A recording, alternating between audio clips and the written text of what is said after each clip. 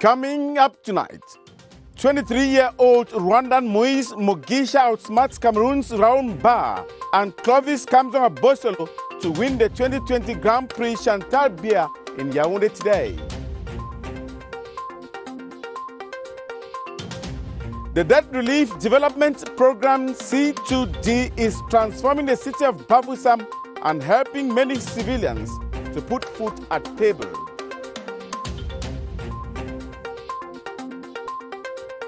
And Equatorial Guinea's President Teodoro Obiang Nguema Basogo receives Cameroon's new ambassador Desiree Jean Owona Mangele in Malabo this day. News on CRTV. I am Moki Edwin Kinzeka in Yaoundé.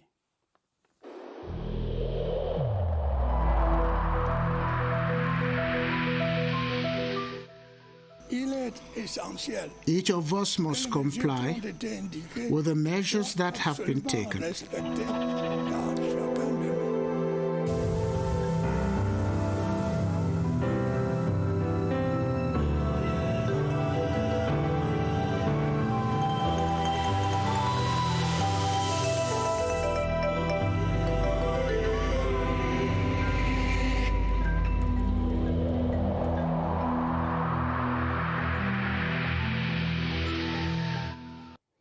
Moise Mugisha has become the first Rwandan to win the Grand Prix Chantal Biya. The 23-year-old retained the yellow jersey despite Burkinabe Paul Dumont winning of the final lap that was run from Saint-Malima to Yaoundé.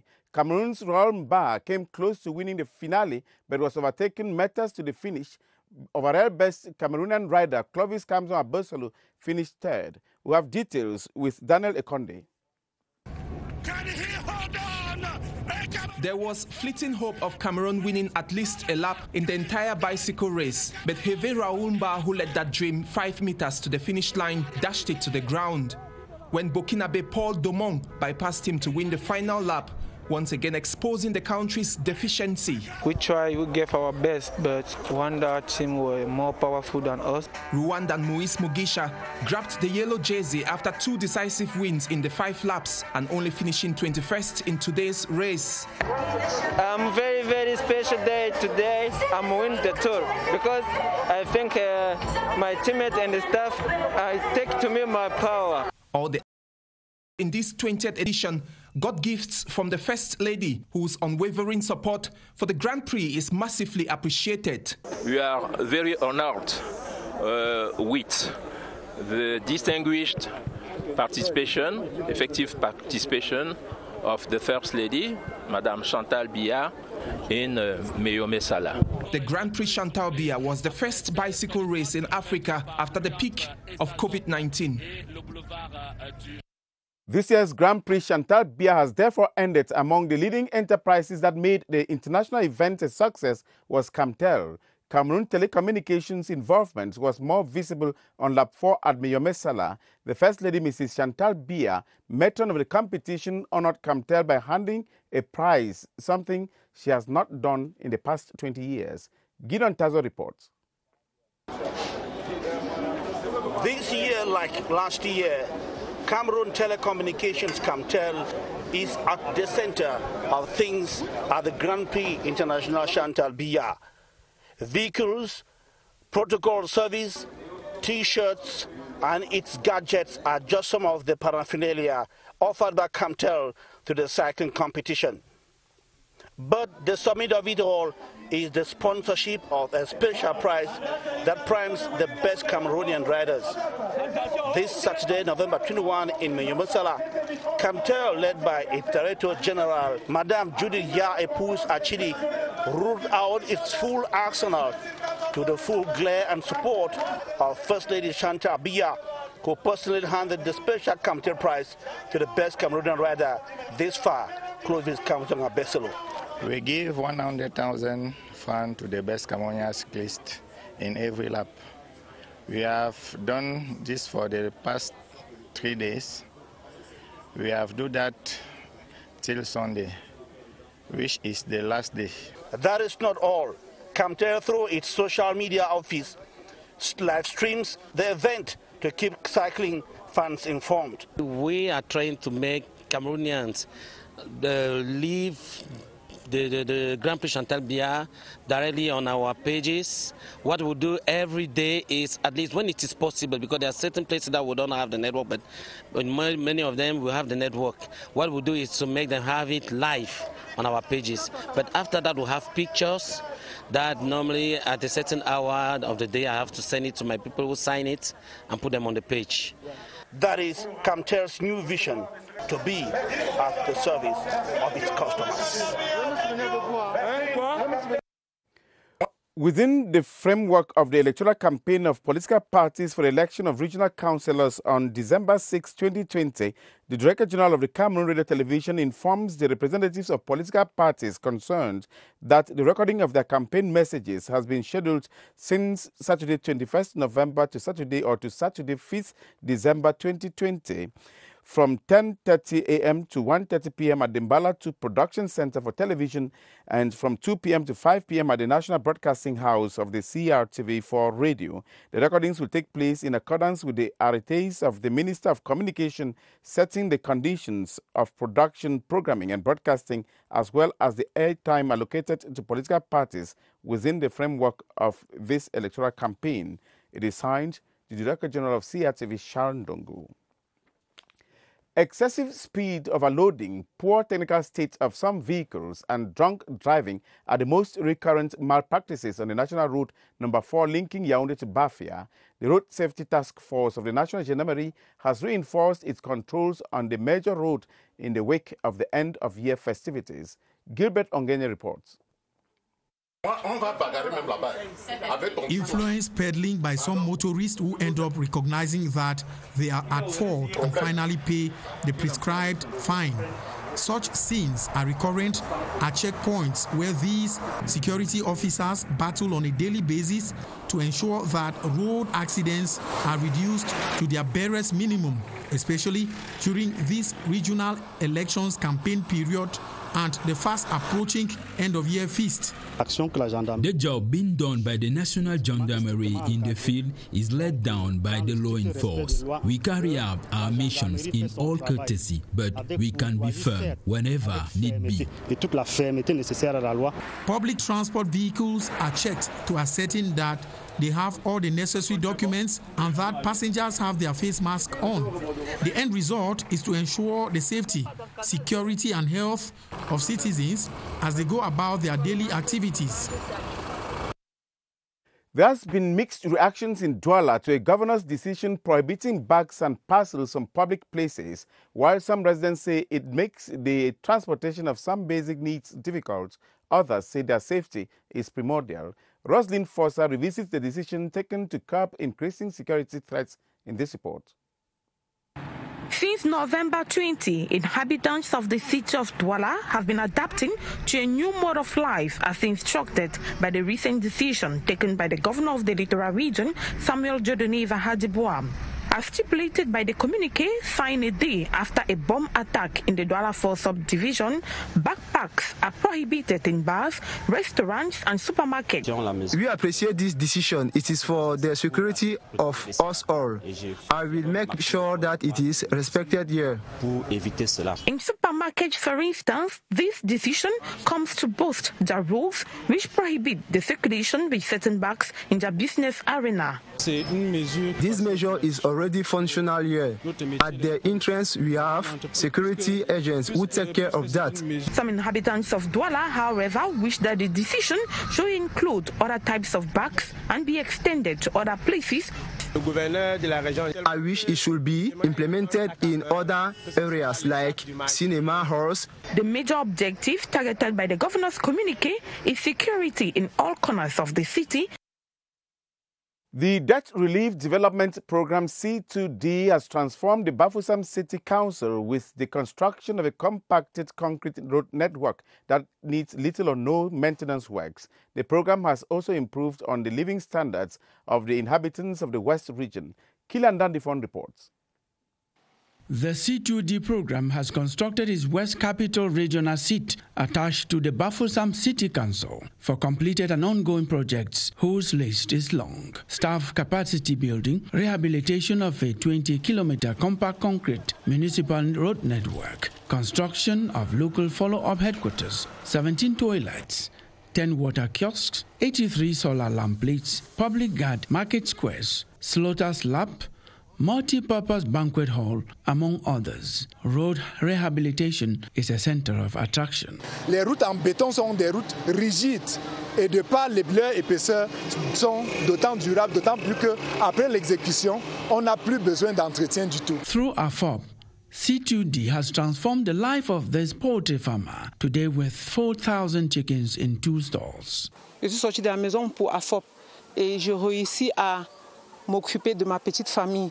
Mes enfants vont à l'école, ils sont nourris, habillés, et grâce à ce business. In terms of capacity building and care of the forest in Cameroon, the impact is multifaceted. La qualité de la formation qui est offerte, les effets qui se font ressentir au niveau de la qualité de la recherche qui est conduite par ce laboratoire, les effets qui se font sentir au niveau des services que le laboratoire rend à la communauté nationale et internationale. The realizations of C2D in the West, like in other regions of Cameroon, are multi-dimensional. Owners of small and medium-sized enterprises in the southwest and northwest regions will in the days ahead benefit assistance between the ILO and the Small and Medium-Sized Enterprise Agency in order to boost their business activities. This was disclosed during the launching ceremony of the training and of trainees meeting in Boya. Bridget Njep Asambiwan has the rest of that story. The training of trainers activities for the program Start and Improve Your Business and other programs by the SME Promotion Agency aims to upgrade the standard of local enterprises. The one-week training kick-started in Boya for the promotion of SMEs in the southwest and northwest regions. Is the sector giving opportunity to our youth in terms of job?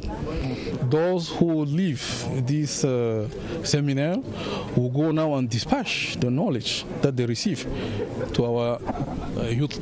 Some of the challenges faced in the sector outlined by Eric Ewusi Mbongo, Deputy General Manager, APME, go to confirm what those in the sector face on the field. Cameroonians don't consume our products. It makes us, we cannot meet up with sales and then solve our own problems in the company. Secondly, we don't have financiers. As Mayor of Boya Council, Barrister David Namanga confirms it is a golden opportunity that will benefit mostly those in local communities. The pilot project in the southwest and northwest regions will boost the creation of SMEs. Some 350 students selected from all over the country have benefited from study grants of 16.5 million CFA francs in the South region. The gesture is that of Senator Pierre-François Xavier Meunier Ondo, who is on its 7th edition of Academic Excellence Award to students of various social backgrounds. We have details with Lenise Jelly. Some 350 students from all over the country have been granted scholarships worth 16.5 million francs CFA in the South region.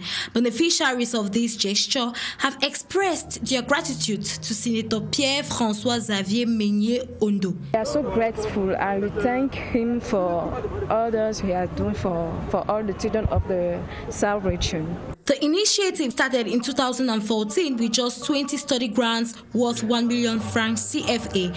Honorable Senator Pierre-François Xavier Meunier Ondo, together with his collaborators, have so far donated scholarships worth 64.7 million francs CFA to 1,294 students in 7 years. We equally want the recipients of these scholarships to be performant in the studies. The students have been called upon to make good use of their grants to produce quality results at the end of this academic year. You're watching the 7:30 news on CRTV. Thank you. A consignment of school material, anti-COVID-19 kits and sportswear have been distributed to 81 schools in Bongé subdivision of the Southwest region. The gifts from the government of the Republic were handed over to happy recipients in Kumba. Yvonne Ngoyo Esame reports that the donation has motivated children to embrace studies in spite of separatist threats. The consignment contained health kits to prevent the spread of coronavirus, jerseys and educational materials. During the ceremony at the Kumba City Council, it was announced that the items were purchased by the Bongé Council for about 20 million francs through what is known as the decentralization funds. We are very grateful to the state, we are grateful to the Lord Mayor of Bongé Council, we are grateful to all the stakeholders of Memel and the Southwest for making things work. For his part, the mayor of Bongé, Chief Daniel Mata Mokambe, said the donation will spur children to go back to school. I encourage our children not to shy on their age to the class, because you go now to schools, you see people of class 3, very big, that it should have been even the period of graduating as having their first school certificate. Mayor Daniel Mata Mokambe nevertheless used the occasion to urge the government of Cameroon to also tackle some of the infrastructural problems facing Bongé subdivision as a whole. Students of the University of Chang have been exhorted to be disciplined and hard-working to keep the flag of the citadel of learning floating high. The Vice-Chancellor of the University, Professor Roger Chafak, was speaking in Chang during the solemn reopening, which also saw the award of certificates to some students and rewards to some teachers. Chetembuk reports from BAFOUSSAM. The Amphitheatre 1000 of the University of Chang Center of Activities to mark the start of the 2020-2021 school year. Last year we have produced a lot of interesting results as far as academic is concerned. If you look at the number of PhD theses that have been defended despite the pandemic. Academic Excellence Awards against the last school year are handed out to deserving students, and a vision is explained to both greenhorns and old students. University is a select institution. If you have ambition to have a bachelor degree, master degree, PhD degree, please, from level 1, start working. Both must now live on campus with the realities of COVID-19. The solemnity of the event is crowned by the students taking an oath to uphold the values of the citadel of learning. Former students of College Stolakono and College Villiers Kolme Banga in the Central Region have started mobilizing resources to assist their alma mater. The ex-students converged at SA this Saturday and carried out a number of activities as well as a football match. Details with Yannick Lema of CRTV Center. These two institutions, College Stolakono and College Villiers Kolme Banga, are legendary with a lot in common. That is why they are now coming together to work as a team for the betterment of the two mythical schools. Being together is the first step to build anything. If we are not together, it's not even important to imagine that we can build something or we can achieve any goal. Happy to meet again after several years, the former students also used the gathering to call on their younger ones in these schools to be an example in the society. We invite the young students now, the new people of that different college to keep in mind that you have to be an example inside the society. Another high point of the meeting was the putting in place of mechanism to mobilize resources to assist their alma mater and help rebuild these institutions. The ceremony was crowned with a friendly football encounter that saw College Stolakono in blue-red jersey beating those of College Villiers in black by 2-1.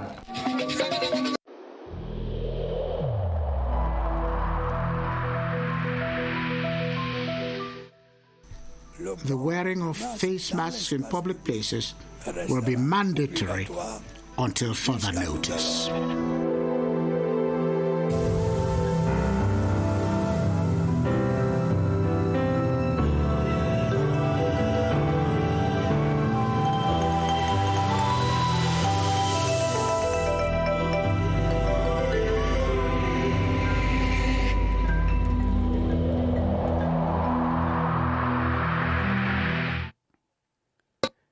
In continuation of our tour to the different regions on our COVID-19 slot, we take you to the West region today, where there has been an increase in COVID-19 cases. Reports say the increase is also visible in secondary schools. BAFOUSSAM, in a video chat with Professor George Eno-Orok, director of the BAFOUSSAM Regional Hospital, examines the causes. Hello, BAFOUSSAM, you are standing by live, and I leave you to be with the director of the Regional Hospital in BAFOUSSAM.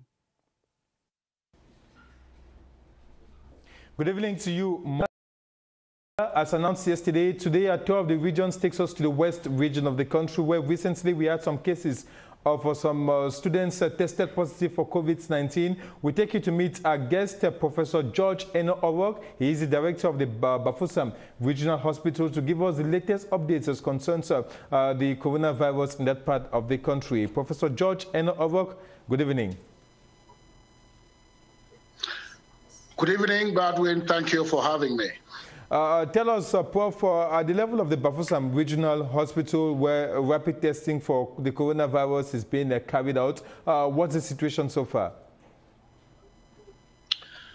Well, the situation as concerns COVID-19 infection in the West region, and particularly in the Regional Hospital BAFOUSSAM, what we have observed in the past 1.5 months is that there is a flare-up after the pandemic had plummeted to very comfortable levels 2 months ago, 3 months ago, where virtually for about 2 months we had no patient hospitalized. But like I said, in the past 1 month, we have had a flare-up with number of new positive cases increasing, number of hospitalized patients increasing, some very symptomatic and being under oxygen support. And unfortunately, we've registered a few deaths, in fact, 2-3 deaths in the past 3 weeks. And so the explanation is that the pandemic is having a second peak. There is a resurgence of the pandemic. Well, finally, we had cases of some secondary school students in the West region of Cameroon who were tested positive for the coronavirus. What is the latest updates? To answer your question and to summarize, students who were pupils who were tested positive in a school have been isolated. They are auto-confined at home and being followed up. None of them was that symptomatic to merit hospitalization. And hopefully, in about 2 weeks, most of them will seroconvert and they will join the school community back. Thank you so much, Professor George Eno-Orok. You are the director for the BAFOUSSAM Regional Hospital, for all those updates as concerns the coronavirus in the West region of Cameroon. Back to you, Moki Edwin Kinzeka. Thanks very much, Bodwin. Thanks for being there with the Director of Regional Hospital in BAFOUSSAM. Now, the Zomlos, the patriarchs of the Central Region, have carried out rituals to purify the land following vices like incest, enmity among families, and sexual activities that are contrary to the law of nature. Gathered in Gumo in the Mufu-Anakono division, they concerted with the ancestors, then invoked them to unite families and youth. Emmanuel Vimui has the details. After a night of communion with the ancestors in the sacred forest, the Zomlos, patriarchs of the Central Region, make their way out in a distinct parade. The Isani rhythm accompanies the custodians of tradition in their quest to preach virtue. There's many situations where brothers are in conflict with brothers. Sometimes the conflicts end by assassinations, and when the bloods follow, you are obliged to make this kind of rituals. The ancestors are angry. Violence here, incest there, and sexual practices which go against the law of nature are rampant. A sacrilege the Zomlos decry. Purification is needed, if not, consequences abound.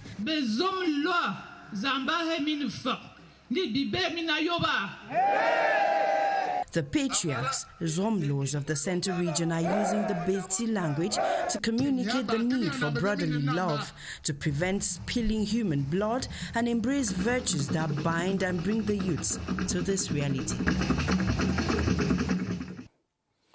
Christians of the Yaoundé Archdiocese have commemorated the 85th anniversary of the consecration of the diocese to the Sacred Heart of Jesus with François-Xavier Vogt as pioneer Archbishop.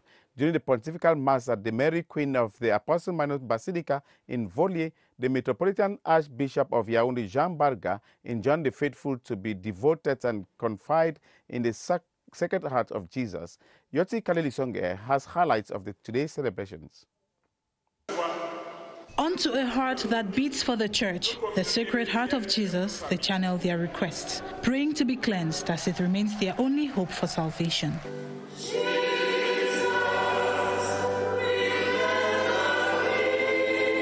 The Yaoundé Archdiocese of the Catholic Church is in celebration. We came to commemorate the 85th anniversary of the consecration of our diocese to the Sacred Heart of Jesus. As a sign of a renewal of their faith, they break bread, after which the faithful go on a pilgrimage to a place dedicated to the Sacred Heart of Jesus. We hope that, according to the prayers, we will obtain many blessings for renew our lives, our families, and for renewing all Cameroon. The anniversary consecration of the Sacred Heart of Jesus for the year ends with the start of the 2021 phase. The remains of Colonel Paul-Claude Batuli have been laid to rest in his hometown, Mugwe, in the Ocean Division of the South Region. The retired military officer who died on October 17 at the age of 84 was described at the burial ceremony this Saturday as an epitome of rigor, love, and hard work. Kilandan Difon reports on yesterday's burial ceremony. Saturday, November 21, South Region, precisely at Mokwe village near Lolodov. The remains of retired Colonel Paul-Claude Batuli finds rest forever, where he was born in 1936. Even at 84 years, separation with the family, friends, and other loved ones is still a painful sin publicly made manifest. But to the religious authorities led by two renowned leaders, Monsignor Tony Bakot and the Archbishop of Kribi, Monsignor Damas Zinga Atangana, his death at 84 on October 17 is a cause for the celebration of the abundant grace of God, that is of life over death, with reference in Jeremiah 31, on the footsteps of Jesus Christ. The family celebrates in many dimensions, among them the legacy he left for them. La rigueur, le travail, l'amour. Mon père nous a donné tout. My father has bequeathed rigor, hard work, and loan to us. He told us that he held on to life to make us stay together. The late colonel was the fourth batch of the 1963-1965 students in the prestigious Officers Military Training Coquet-Dam Center in France, revisited at the burial ceremony by Major General in the second section, Pierre Semenge, pioneer Cameroonian in the center. Cameroon's new ambassador to Equatorial Guinea has presented his letters of credence to the neighboring state's President Teodoro Obiang Basoga. Desiree Jean Owono Mengele presented his letters at the Equatorial Guinean Presidential Palace in Malabo. Charles Ebune has updates.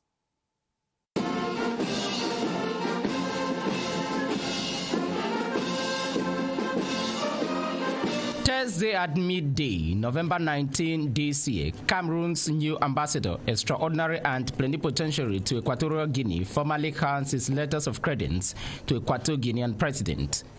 At the presidential palace, the ceremonial holds at the ambassador's room to receive Desiree Jean Owono Mengele, who replaces Lazare Poembala as Cameroon's ambassador, extraordinary and plenipotentiary to the Republic of Equatorial Guinea. This is followed by an audience between the president of Equatorial Guinea and the top Cameroonian diplomat to review cooperation between Yaoundé and Malabo. The Equatorial Guinean leader is assisted by his foreign affairs and cooperation minister, and the Cameroonian delegation leaves the Equatorial Guinean presidential palace after signing the Golden Book. And that ends the 7:30 news on CRTV. Join Lucrece Mebenga in exactly 30 minutes from now for the news in the French language. I am Moki Edwin Kinzikan Yaoundé. Thank you for watching.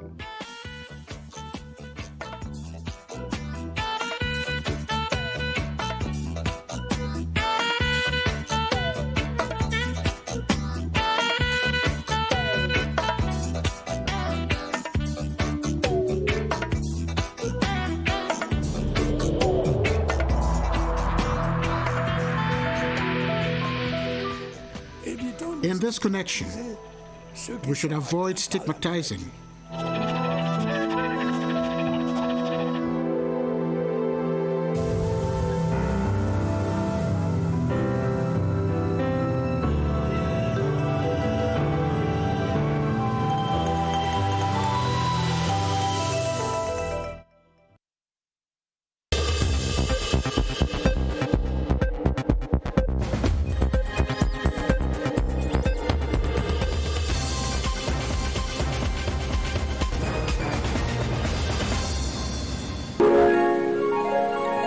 CRTV News, ici, toute l'info.